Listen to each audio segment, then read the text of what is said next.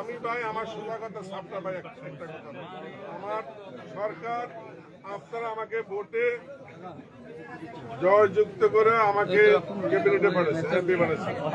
আমার সরকার আমাকে দায়িত্ব, সরকার তো আপনাকে নাকি সরকার আপনাকে না নাকি আমার সরকার, আমাদের সবাই সরকার, সবার সরকারের যেই নীতি নিয়ম আদর্শ আইন শৃঙ্খলা এটা আমার এলাকায় বজায় রাখা হলো আমার দায়িত্ব।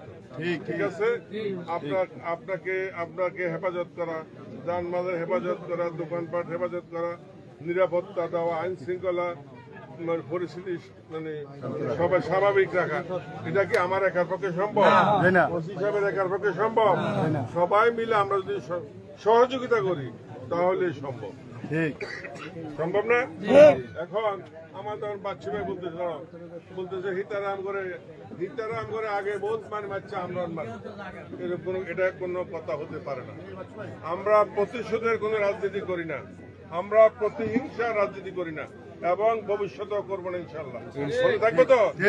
এটা আইন আদালতের কাছে একজন ভুলবশত আসামি হয়েছে, তাকে আমরা অলরেডি এখন আমি ওসি সাহেবকে বলছি ওকে রিলিজ করে, তাকে আমরা রিলিজ করে দেবো। ভাই মানুষ মাত্র কাজ করতে গেলে ভুলভ্রান্তি হতে পারে, আমরা সবাই মিলে সমাধান করবো। সবাই ভালো থাকবেন।